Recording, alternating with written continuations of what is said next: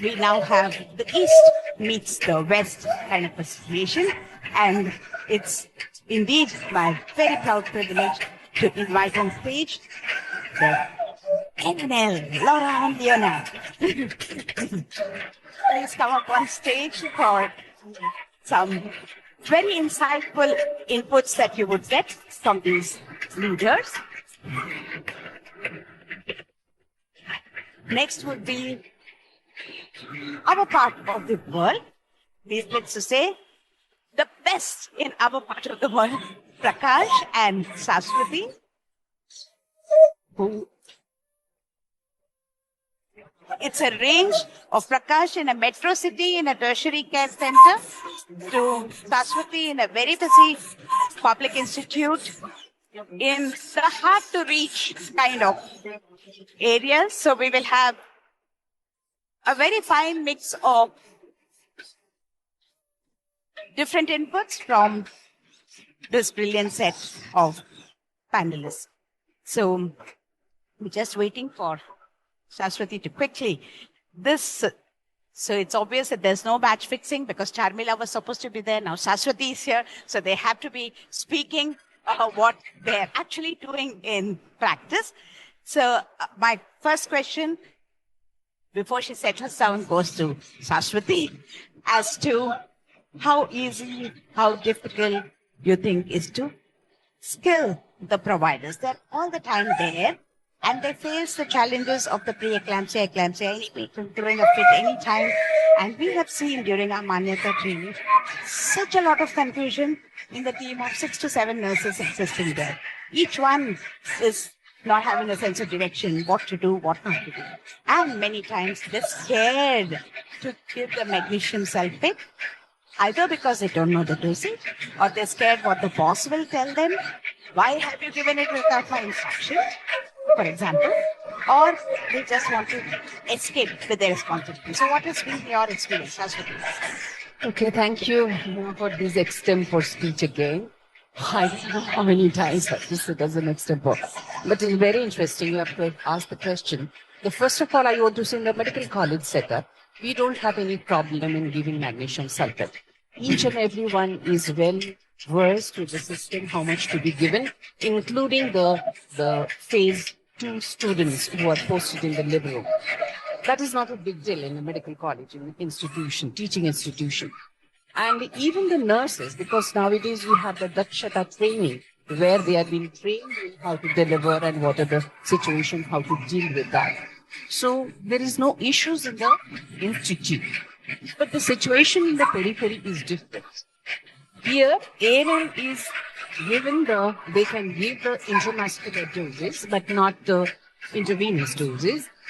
And they're also giving tablets orally for the control of hypertension. But the problem is this, to find out who are the cases that they're going to develop preeclampsia, the regular measurement of the blood pressure. I must tell you that in the periphery, this is something, you will see a record that has been written, but whether this has been actually been taken or not, that's a big deal. That's a really big issue because we have done a lot of, in the community-based meta-analytic reviews, and there we could find that the records are there, but they don't know how to interpret that and how to, intervene in them, when to give antihypertensives, and should the patient be included in the hospitalized, or this kind of, that awareness is little less in the present situation. So the magnesium sulfate intravenous dose, they don't want to give. But in some of the patients, even you see in the periphery, very remote areas, the doctors, they will not give the magnesium sulfate even IV, even the doctors who has been trained in the hospital. So these are the issues that we have at present. Excellent. Thank you, Saraswati. Before we go next, we recently published Strengthening the Quality of Care to Capacity Building of the Frontline Healthcare Providers. About 3,000 plus private hospitals right across the country, where the teams of staff nurses, inclusive of some of the private medical college hospitals, we have trained more than 30,000 frontline healthcare workers, and the pre and post test has got a lot of things to light because many of them, somebody is speaking, give diazepam. That's still there in their minds, and how the awareness and the exactness of information as to 88.5%, a good shift from the baseline 35%. That was one thing. And the settings where we asked preliminarily, if you give magnesium sulfate, beyond the dosage, what are the three things that you will observe for? Nobody said urine output or the respiratory rate. Many of them said itching, rashes, and this, that, and the other. They're just generally, talking anything, which means that these small gaps that are there in their understanding needs to be re-emphasized and plugged in for them to have more confidence. Once they're trained, and it's not difficult to train them, it's by digital platform, each and every one of them, exact doses, repeat dose, maintenance dose, the toxicity, how to combat the toxicity with calcium gluconate. Not a rocket science, but a proper attempt needs to be made to take them through. And you would see here, even in the Gates Foundation study, it's a similar impact that they have outlined about the challenges and barriers to the use of magnesium sulfate, not widely adopted because the competence and confidence was not there. So that is the gap that we have plugged through programs like this. So skilling the provider, not presuming that they know or they can't do.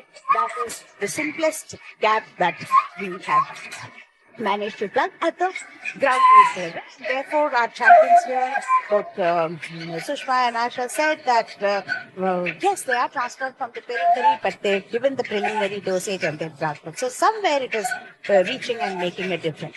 On the same issue of capacity building, I come to Prakash now.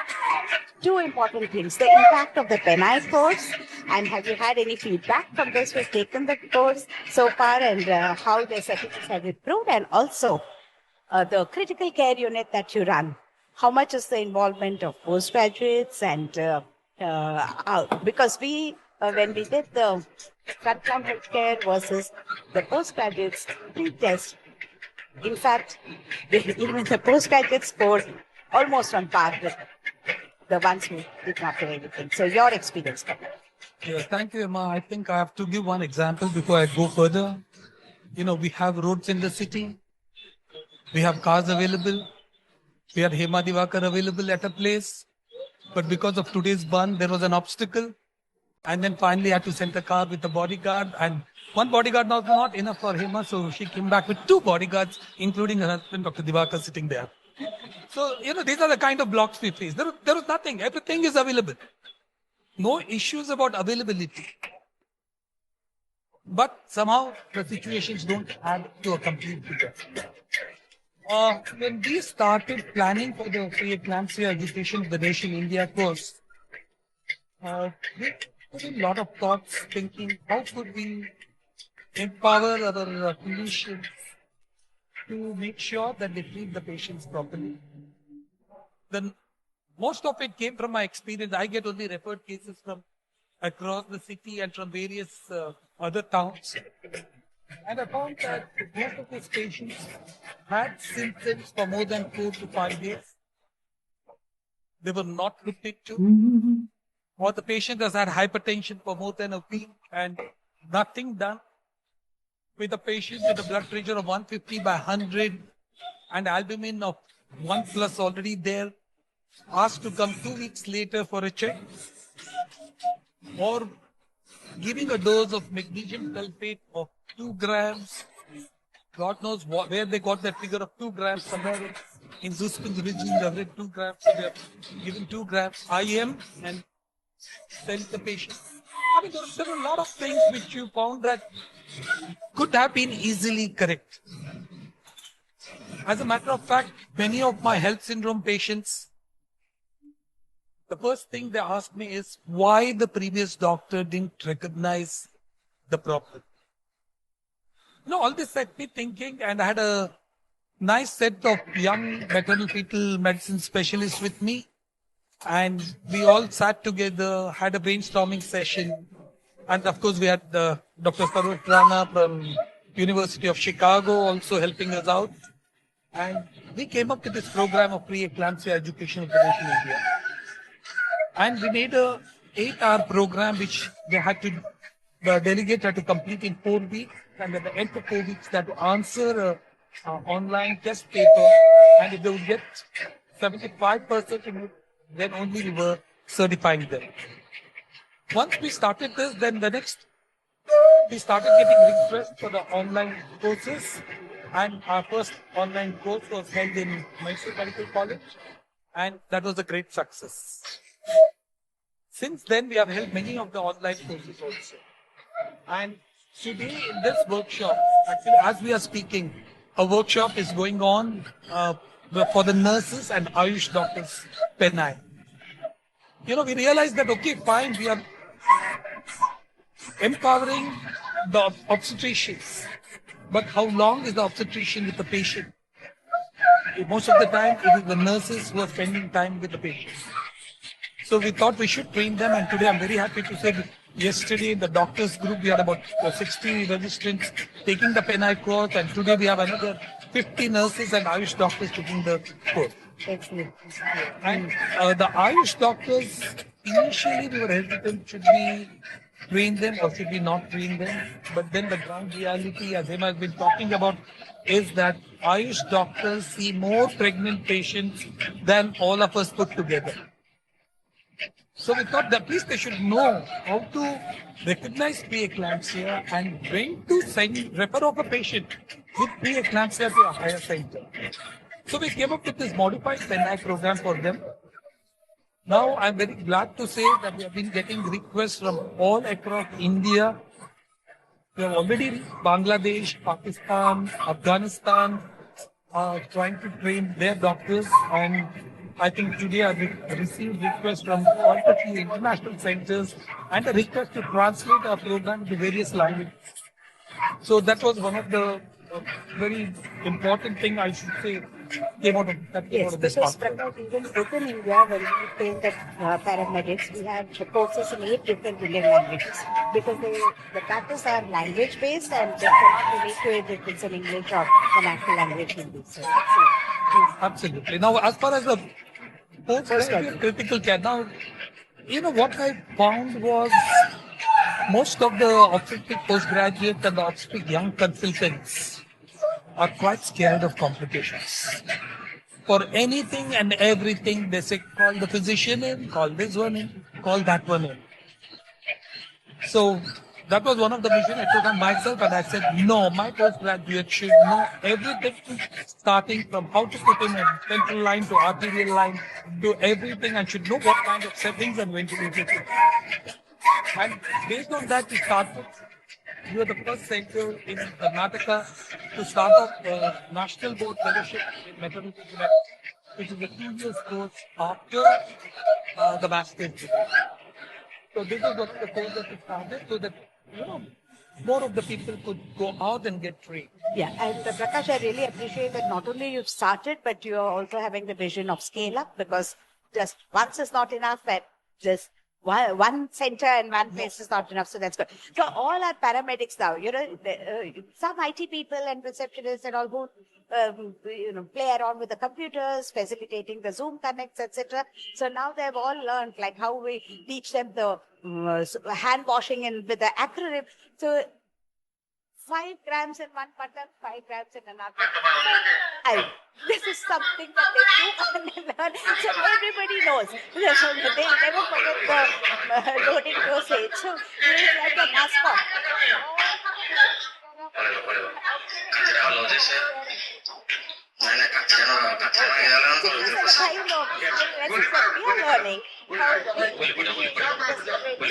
Absolutely.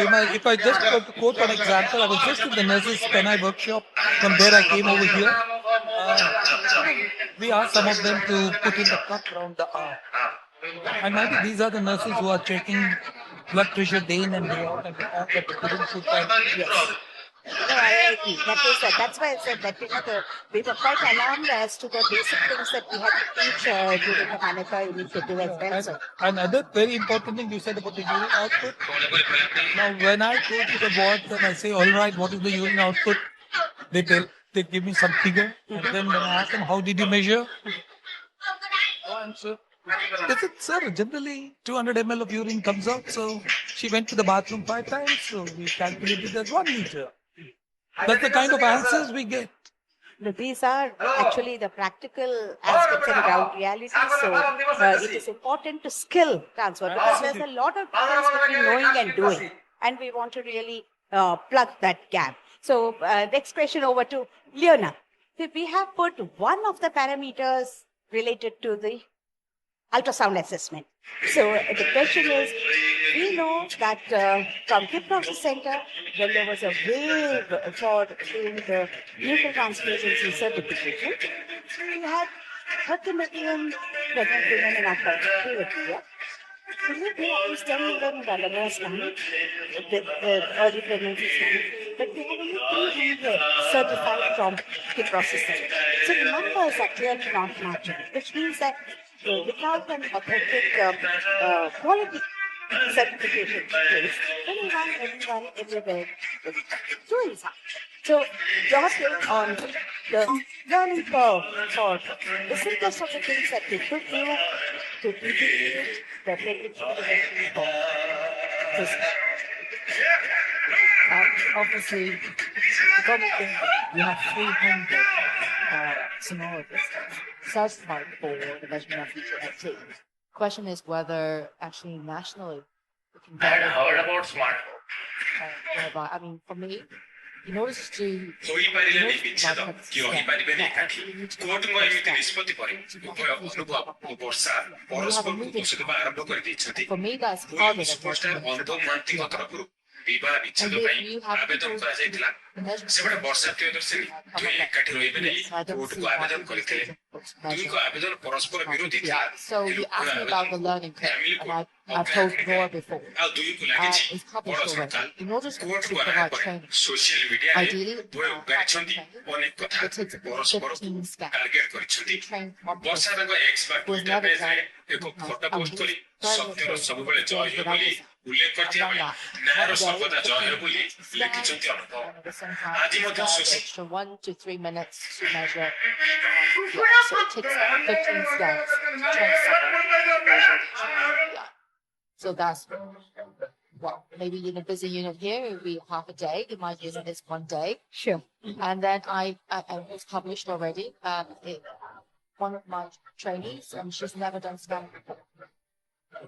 So I think, these are some of the steps that need to be included in our courses, where when we say that you stratify this and your prediction, prevention includes these four strategies, the quality of this and the fact that it can easily be done, the mindset or the mind block should change. Oh my God, because we want the LMICs to scale up to the next level. We can't all the time be saying only the history and blood pressure is all that we can offer, and we can't. Scans we are offering to the patients right, left and center, right across the country. So if they're trained and there is a health sector skill council which certifies for short term goals and the courses, where there is some third party who is assessing and making sure that they're doing the right thing. So, next step, we will draw more help from you, Diana, as we go by, and we will look into the published paper as well, because what is doable, we have to do whatever it takes to do it and get to the next step. So, thank you for that input. Laura, now, bigger hats, huge umbrellas on, including the ISSHP, professional organization perspective of integrating care, because Vigo has always talked about the life coach, and many in the panel also today, they said, we go to the fertility units because that's where we can catch the pre-pregnancy. That's a target which is otherwise not available, because whatever said and done, many clinicians, even if in the metros they're coming and asking for pre-pregnancy care, they don't have a structured way of offering advice. then the pregnancy test and what we are facing and we are advocating to the government it does not happen and it needs to come more loudly and clearly through the protection organization is the link of pregnancy comorbidities to the further NCDs. Diabetes in pregnancy goes home lost in the population. Hypertension in pregnancy, again the same story.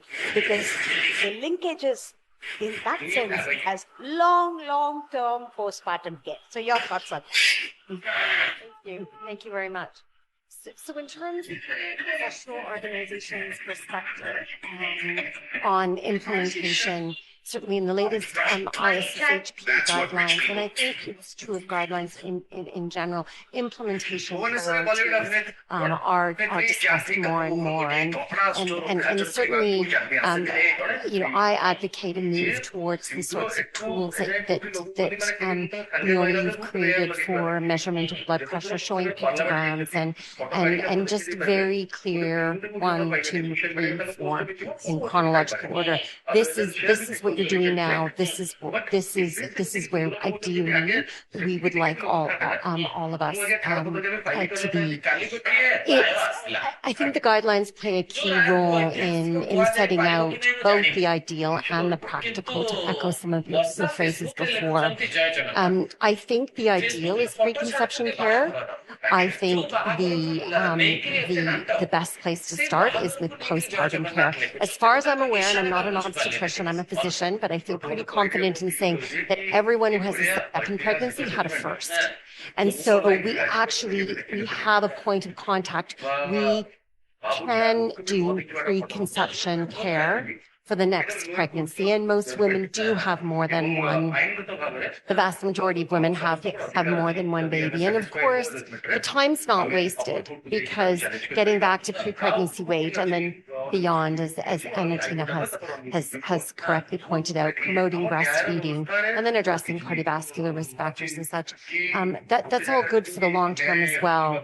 But I suppose in my mind, one of the major challenges is how we engage women in believing that this is important. And I don't have the answer, but I really felt I was very much in agreement with the previous panel that highlighted the importance of partner and the importance of family. No one eats on their own. Few people walk on their own. And, these are social activities. And so I think that they require social solutions. And Laura, again, I'm coming back to you on the fact that those who have had hypertensive disorders in pregnancy, the long-term NCDs that they're likely to develop, because even in LMICs, the top of the list is cardiovascular disasters now, and annually she's supposed to come back for a check. And being a physician, do you think that when you reflect on the history of every single such women that you see, who had some pregnancy-related issues, but nobody ever saw her thereafter? Does it happen in practice? Yeah, for sure. I think that awareness has improved a lot at the primary care level and certainly at the secondary care level with specialists about the importance of previous pregnancy complications on long-term health. And we've gone beyond just the preeclampsia, gestational hypertension, gestational diabetes, but recognize the small baby, stillbirth, except these all have implications as well. I think the struggle is the cardiologists publish their cardiovascular risk calculators, and when they've tried to put our preeclampsia, even our early onset preeclampsia in there, it didn't make a difference. And so I think we're a little bit stuck at the moment. And I do agree that empowering women to know that they need to have their blood pressure measured, maybe getting cleverer, because I think that postnatal care is really difficult for every healthcare system.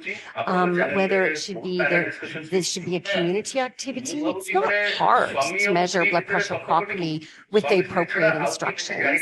And for women to know this is something that they need to do for themselves, and somehow linking it with the need to be there for their children and their partners. I think we need some maybe those who as a living cell make us want all these products and things. We need some salesmen involved here to really make this a sexy message, because at the moment eating better and exercising doesn't seem very sexy.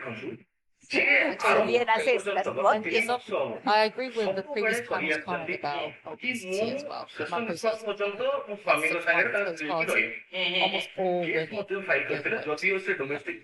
and obviously, I'm joking about the fact that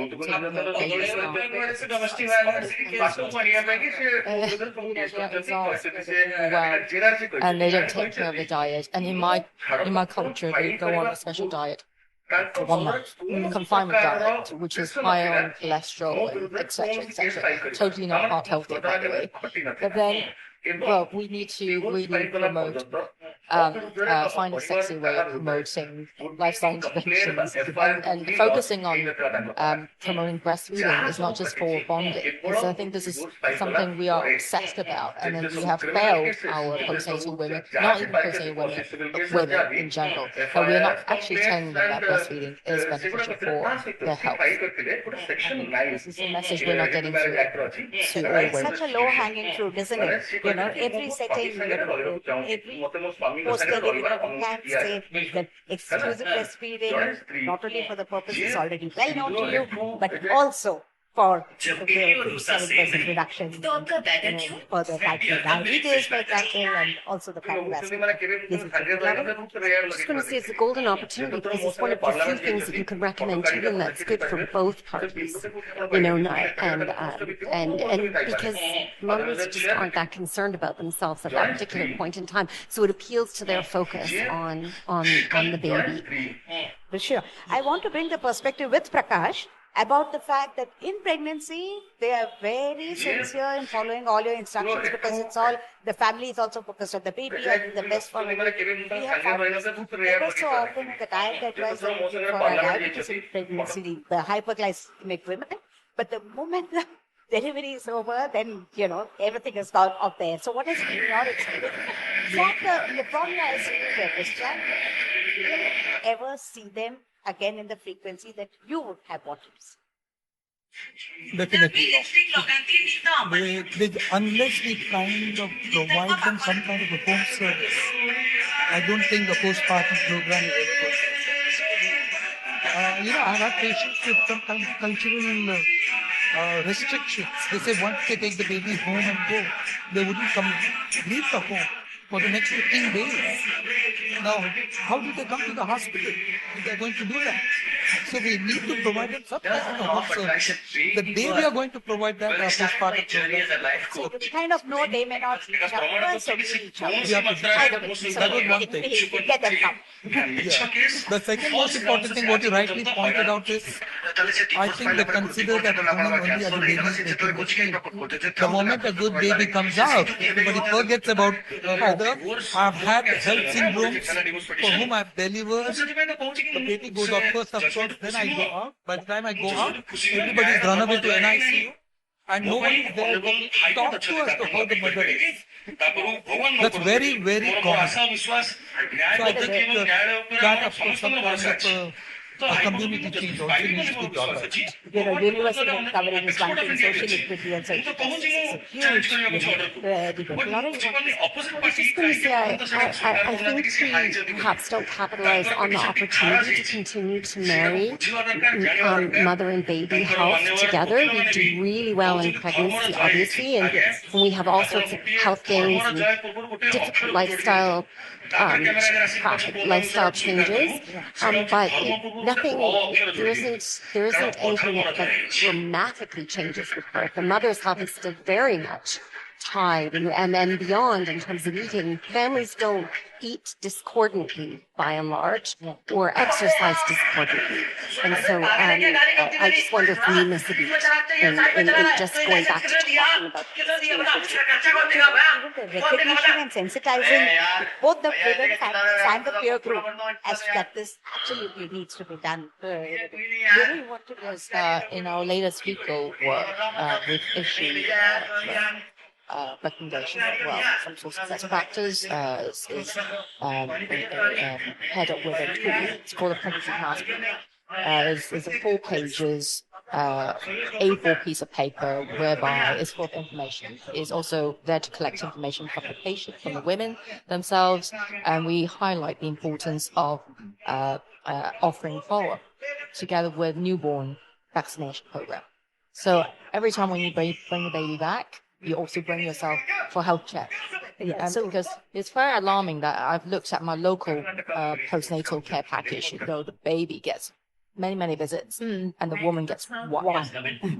And that's quite a also traumatic with image. whatever kind of quality that one visit is embedded with. I think the pregnancy passport idea is really good. Mark and myself did first we were speaking that passport to wellness also, in the entire journey across the lifespan. So that idea needs to be developed so that everybody has a kind of a checklist, both the demand side and the supply side, and they really allude to it. Coming back to Shashwati, would it be a good idea? Now there's an era of self-care. So we can't do everything for everybody. Even they are responsible for their good health, right? So they also have to walk 2 steps ahead and come to. So where every household has some elderly person or even in 30, 35 plus with a blood pressure and diabetes. So they all have the digital BP apparatus and they have the glucometer at home, most commonly.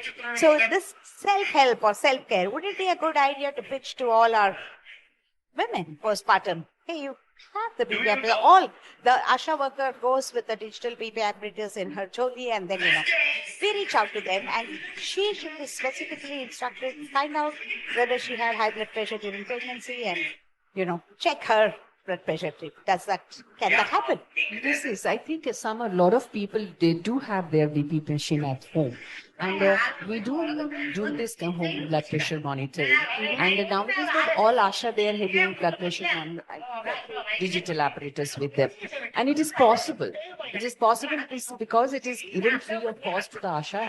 And only thing that the ASHA has to go door to door, especially for this postpartum blood pressure monitoring, and antenatal, of course, it is important, but what is lacking is postpartum monitoring in most of the cases, as they rightly say, because even the health professional, they think that the delivery cures, so it finishes there. It's not the case in all.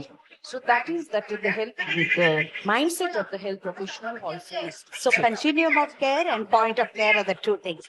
Now, this question first goes to Leona because she has done some work on this. There was a forwarded test and there's other point of care equipment that she's testing out. And, what would be that one test which would make us all feel, okay, you have this test positive, you can very easily do it at any peripheral center, and that gives you the green signal for starting her on aspirin. Anything of that sort in your mind, even though it's futuristic. Putting me on the Just pitch the spot. idea to us. I think this is a very difficult question, Hema. I've been talking about the triple test. I suppose if it's relating to aspirin prophylaxis, Yes, then I would say for now is PLGF. PLG. Yeah. Is there any innovative new equipment where you can do the PLGF I think at point of care? Or I'm sure there's work in progress, and yes, there's a Ronia test that is available, and I have yet to do the study myself, but I gather that we are going to see a lot of studies utilizing this tool. yeah, thanks. So PLGF is once a test, if it emerges, PLGF positive, okay, you can start on aspirin. Prakash, to your mind, you would have seen many referred cases. All of them will invariably be on aspirin without any justification. Just give me 1 or 2 examples of where you would have thought that, with this indication they should have started, but they have not. And with something else, they need not have started, but they have. There are two kinds of patient population who comes. One who really deserve aspirin. They've had a previous last time. They've gone through a terrible eclampsia. Still this time, aspirin is not been started. And mind you, these are not by private health care. But so that is one thing. There is another set of patients who have absolutely zero risk factor, but you find that they are on aspirin. I mean, it's very, very common to come across that. It is common. It's very common. It's very common. So these are the kind of situation. And let's just make the situation lighter. I'll just tell you of one case. Nothing to do with the aspirin, but I thought we'll just change the topic a little bit. A patient was referred to me saying that, sir, the patient is talking, walking, standing in front of me. But she has no pulse. I can't check the blood pressure. When I check the blood pressure, no values come. So I don't know what is happening. For a minute, I was taken aback and I said, "You're sure she's in Northern shock? No problem?" She said, No, nothing to that. I said, all right, send it to me, let me see. And all it was a Takayashu, the pulseless disease. So, once in a way, these kind of opposite situations also occur. I think this is the true or false. Any pregnancy comorbidities and NCT tomorrow, and like a rapid fire drill, all the panelists agree that this is yes. And the tsunami of NCTs which we are having in the country now reflects on the fact that how many thousands of them just a few years ago would have had this pregnancy comorbidities, and it's really a missed opportunity because there is literature evidence there for us to see that the major focus should be act today for a better tomorrow. So that is what we are wanting to emphasize with this. And, when long-term management issues in pregnancy hypertension, I have said that menopausal baby. I can see Jyotika sitting right there. She's one of the leaders in doing a lot of game-changing things in the space of menopausal care. When women come to us with either we fix their fibroids, the abnormal uterine bleeding, hot flushes, this, that, we fix the temporary problem. But even at that point of time, nobody is asking her about her previous history and what we could do. I would want Shashwati to start with the missed opportunities. Would it be a standard of care in every such women across 40 plus age group, no matter for whatever reason it comes? Do this component as a check. Yes, I'm sure. This is the right time patient comes. So you can always check for it, whether she had the previous history, and then from there's a lot of opportunities when the patient comes with this, that you can talk about this. And you also check for the hypertensive disorder, and you can find out what. But are you finding out? In your guiding? No, that is the problem. But I because I'm interested in preeclampsia, me as I.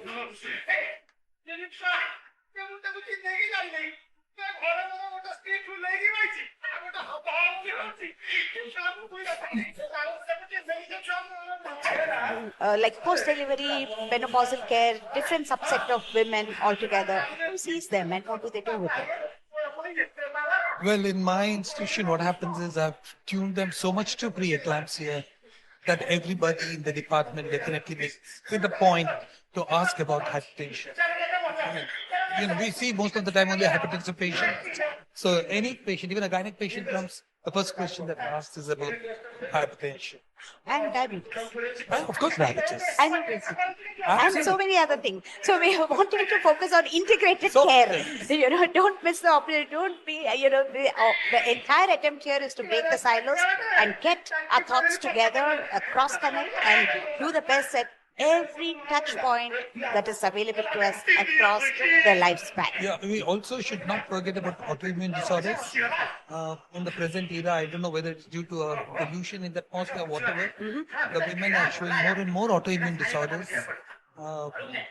So we need to definitely look for them, especially if they've had an early onset preeclampsia. Sure. Laura, we begin with you. This is the closing round of each one trying to give one anecdotal case where you thought the opportunity was missed. We're all after women to make their childbirth safer, but after that, she can be it's as easy to say that what happens to her, we never know. So it may be a missed finding, atypical presentation, the timely referral has not happened, and there's a lack of multi-speciality advice, and therefore they have not looked into that aspect at all. It's because what is not in your mind, because all the time for ectopic pregnancy, have it in your mind, otherwise you won't look for it. These kind of sentences are driven into our heads. So, what are any one situation that you could narrate where you would have said, she should have been sent early, or I should have been involved in this case much earlier, and you would have done better on it. Okay, so in terms of the atypical presentation, or a presentation that just didn't ring alarm bells for preeclampsia, I think the headache is the one that I would identify, as well as heartburn. So epigastric pain interpreted as heartburn, and that I would say happens as outpatients and among inpatients as well. Very common for that to be misinterpreted. In terms of missed opportunities, I would say the blood pressure not being measured at every opportunity. So even as extreme as a woman with a known molar pregnancy not having her blood pressure measured when she came to the ultrasound scan. And I think that I don't think that women actually understand why their blood pressure is being measured every time. You would think that would be the clue that it's extremely important. And I think it's important to understand that that when you measure it, it's a bit like the patient's breed. It's a bit like doing a biophysical profile, and it's good at the time, but it's not going to tell you in a week's time or a month's time, etc., that everything's still going to be fine. And blood pressure is like that. It reassures at the time, but it has to be measured over and over again. Right. So they would be my key. Thank you, Laura. Very helpful. I already mentioned the case I managed during my lecture this morning. I think it was a wake-up call for me when I implemented the Screen and Prevent program.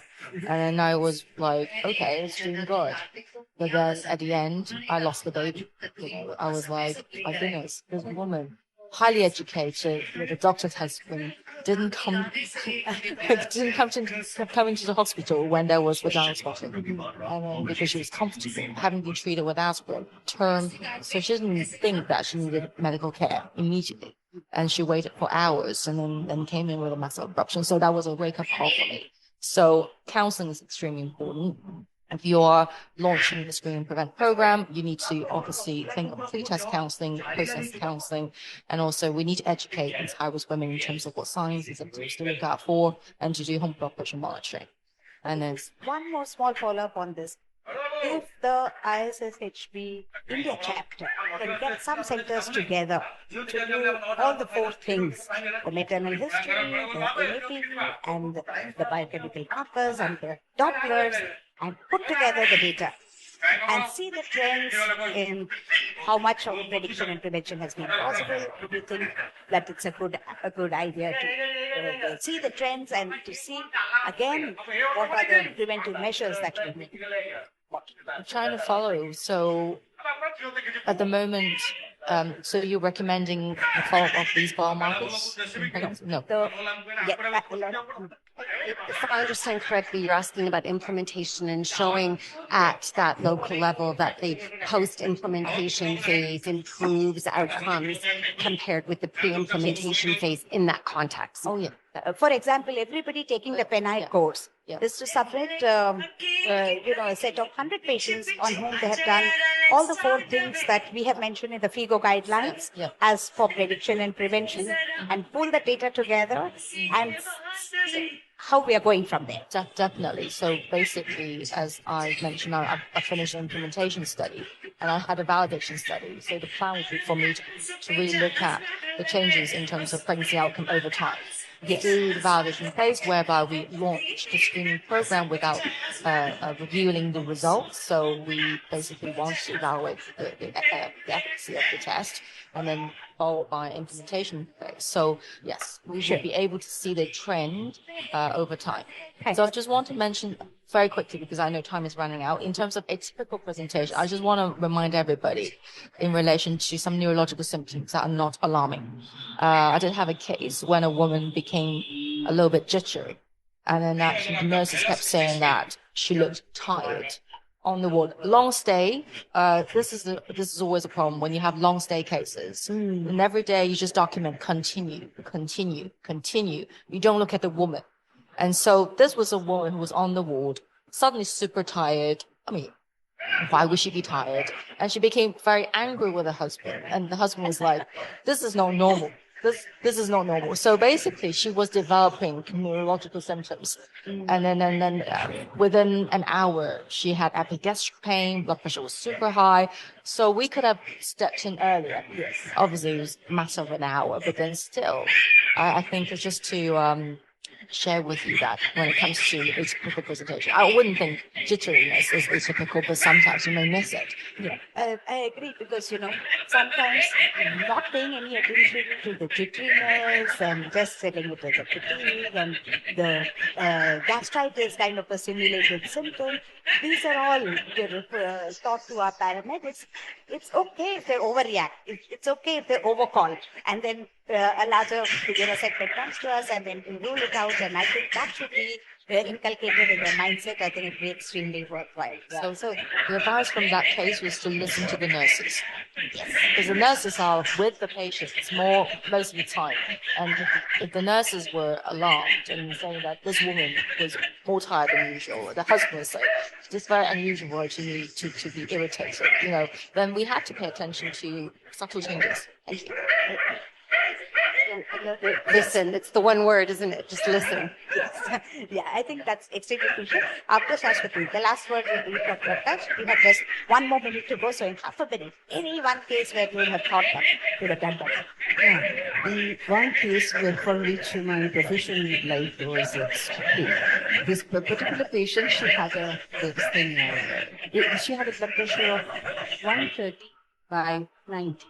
She had a creatinine of 1. And it was around 37 weeks. She had a placenta previa within emergency. I did kind of semi-elective cesarean section. And then I thought, it was in the year 2006, long time back. So immediately, and the second day night, she was absolutely fine, up and above. She was eating. Eating 12 midnight, she developed epigastric pain. And then headache, and her pressure went up to 200 by 130 and then falling.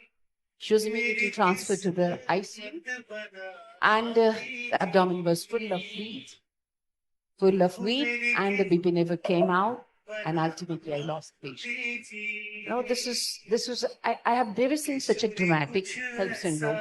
And probably she was opened up again next morning. There was no blood clots inside the abdominal cavity. And in the morning only because at that time, 2006, we didn't have an emergency platelet count and doing all those tests. So, something sometimes so dramatic things. So never ignore a patient, even though she has a blood pressure of 130/90, and anything can happen. So I have blood pressure. Thank you. And the way you said it, you had your professional career at stake. Yes, it was. Yeah. Because she happens to be a very high level patient. The chief minister, somebody. Thank you, Shashwati. Last word from Prakash, his vision and mission. And with that, we will applaud your efforts yet again before we close this. Since we are talking about where we miss certain things and how we miss it, this is a story of a Gravida 3 Para 2 at 34 weeks, very regular antenatal checkups, no issues at all. Even at 34 weeks, her blood pressure was absolutely normal. At 35 weeks in the evening, she went back to her obstetrician saying that she has got headaches. No blood pressure was checked. 10 o'clock, she calls back on the phone and tells her obstetrician that, look, my headache seems to be a little more. So don't worry, you sleep today, we'll see tomorrow. Next day morning, she was sent straight to a neurologist for evaluation of her headache. The neurologist has not checked the blood pressure, and the patient was sent for MRI. And in the MRI console, she threw a convulsion. Now, once she threw that convulsion, the patient went back to her obstetrician. Of course, she started on magnesium sulfate for this patient, and then they catheterized her and they found hematuria. So that was the time the patient was sent to me. And by the time she came to me, she was in a full-blown health syndrome, landed up giving her about 25 transfusions, but fortunately both mother and the baby were strong. So just imagine if the previous evening, if one blood pressure was checked, she wouldn't have been in that state. So remember, preeclampsia can come in any way, in any form. Somehow, from the time that we have been trained as postgraduates, we think edema, albuminuria, hypertension, it should become more, it should touch 180, 120, then only the patient will throw convulsions. And then only the complications start. I think we have to train our youngsters that this is no longer true. Atypical features are much more common. Yeah. So in the closing, Asha Mehta, the better half of Prakash Mehta. Tension, hypertension. That's what she told me yesterday, that Prakash is under great stress for this, putting all of us together. So it deserves a very big applause for all the efforts and the support that he's had from friends and family for the best that he has done. So thank you very much, Laura, Leona, Prakash, and the quick fix solution that we found in Saraswati. And thanks to each and every one of you for your kind attention. Measure blood pressure is probably the main takeaway from treat it, listen to the patients. There are many, many more takeaways from this, which you will be reflecting in your own mind. But I think, honestly, this has been one of the very wonderful sessions that I have had an opportunity to moderate, because the real experts from the ground realities to the best that could be done expressed here. Thank you so very much. So I think Hema's done a wonderful panel. Please give her a big hand. we are